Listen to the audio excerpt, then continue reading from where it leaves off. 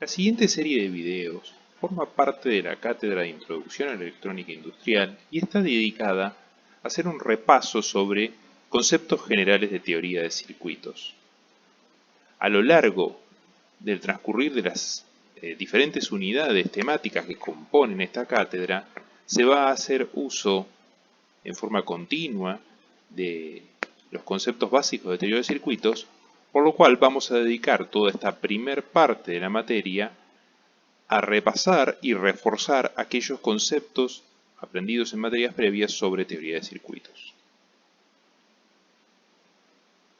Para ello vamos a empezar definiendo los elementos básicos con los que vamos a trabajar.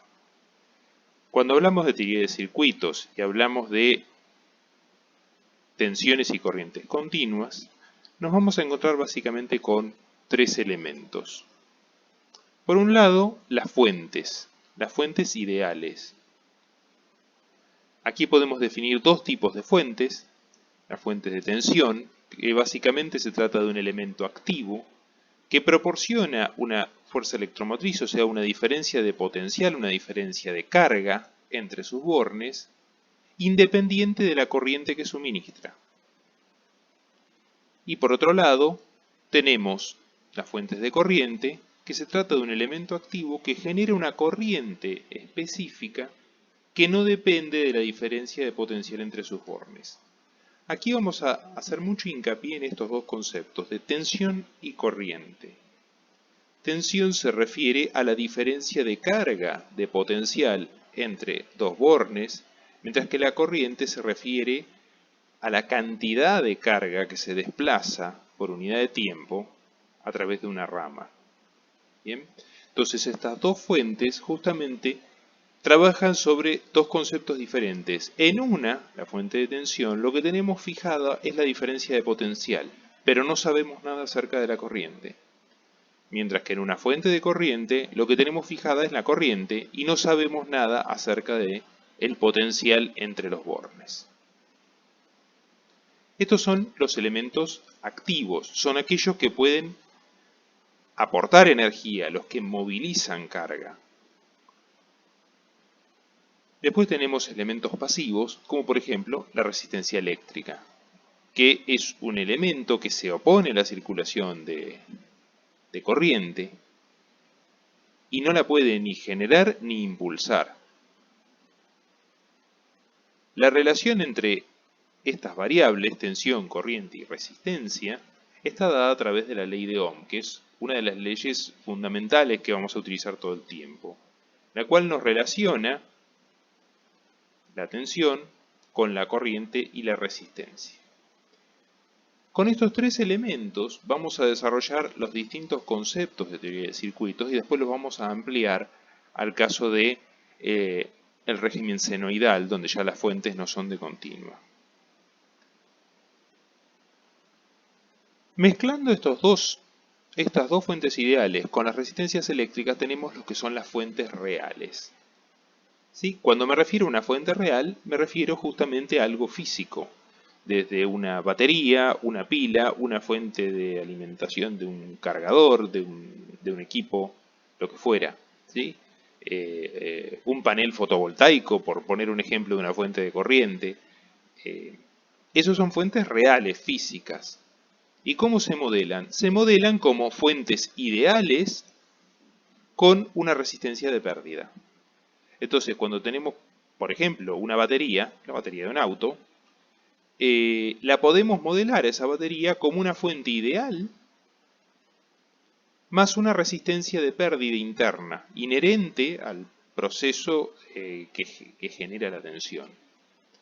Lo mismo con una fuente de corriente real, por ejemplo un panel fotovoltaico, para dar un ejemplo práctico. Lo podemos modelar como una fuente de corriente ideal que tiene una resistencia de pérdida en paralelo. Vamos a ir viendo a lo largo de la materia que hay veces que podemos idealizar los procesos y asumir que tenemos fuentes ideales cuando tenemos resistencias muy bajas o muy altas en el caso de la fuente de corriente, y otros donde no. justamente ahí vamos a ir aplicando, viendo de desarrollar un criterio de cuándo podemos idealizar o cuándo no una fuente. Pero en la práctica recordar eso. Una fuente ideal de tensión puede entregar corriente infinita si fuese necesario. Y una fuente de corriente ideal podría desarrollar una tensión infinita entre bornes. Ahora, las fuentes reales no pueden hacer eso. Y ahora vamos a ir entendiendo por qué no. Comparemos qué pasa entre una fuente de tensión ideal y una real. ¿Sí? Supongamos que podemos crear una fuente de tensión ideal y le conectamos una carga. ¿Sí? Acá tengo una fuente de tensión ideal que tiene una tensión E entre sus bornes y le conecto una carga resistiva R. Esta carga resistiva puede ser una resistencia calefactora porque quiero calentar algo, puede ser un sistema de iluminación basado en un principio incandescente como las antiguas lámparas incandescentes, o cualquier otra cosa que tenga un comportamiento resistivo. ¿Sí? Fíjense que si yo pongo una resistencia, la conecto en los bornes de la fuente, por ley de Ohm, yo sé que la tensión es igual a la corriente por la resistencia, y en este caso la tensión sobre la resistencia va a ser igual a la tensión de la fuente. ¿Sí? Entonces, mi carga, sea, insisto, lo que fuese esto, una resistencia calefactora, ¿sí? Por poner un ejemplo intuitivo, está aprovechando el 100% de la tensión de la fuente. Ahora bien, esta fuente puede proveer cualquier cantidad de corriente. No hay nada que la limite, lo único que la limita es esta resistencia. O sea, si esta resistencia es absurdamente pequeña, voy a tener una corriente tremendamente alta.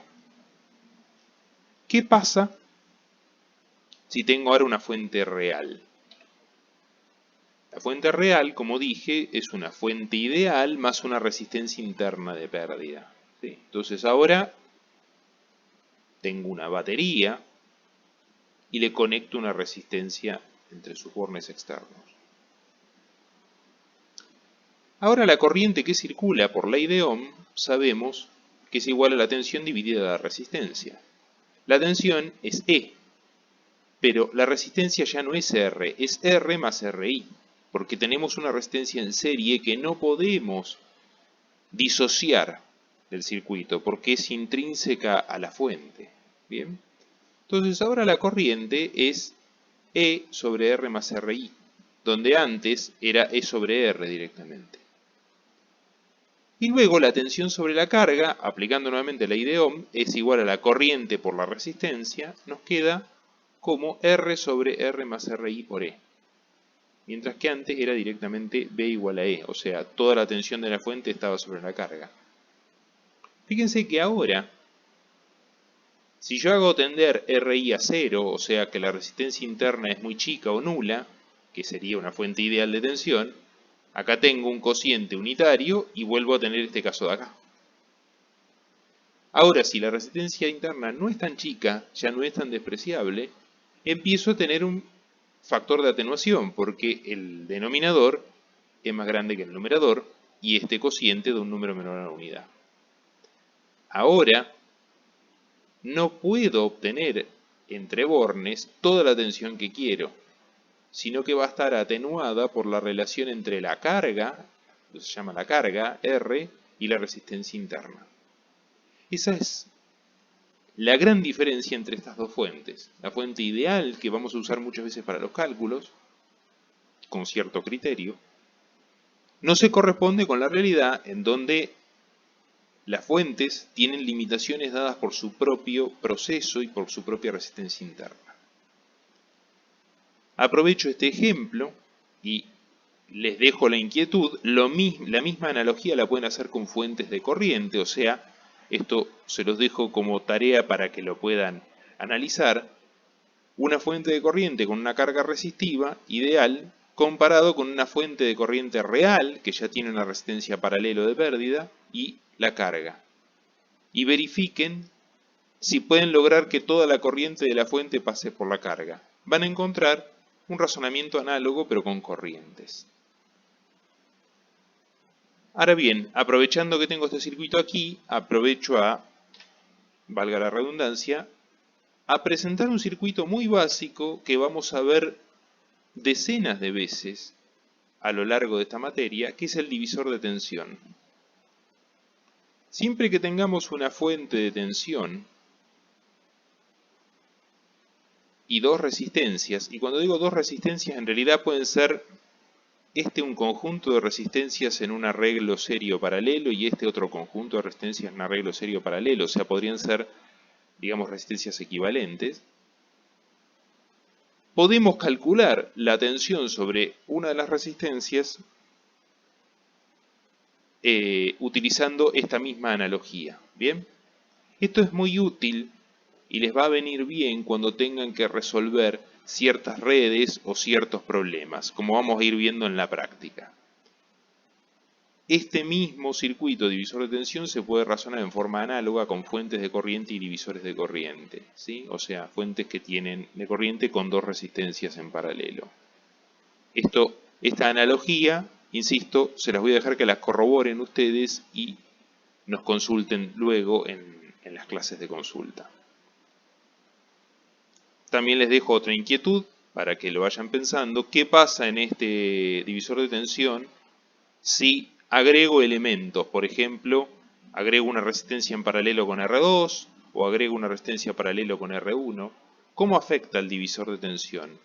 ¿Aumenta B? ¿Disminuye? ¿Permanece igual? Bien, justamente en estas pequeñas cosas están los conceptos básicos en los que queremos hacer hincapié. En tratar de entender con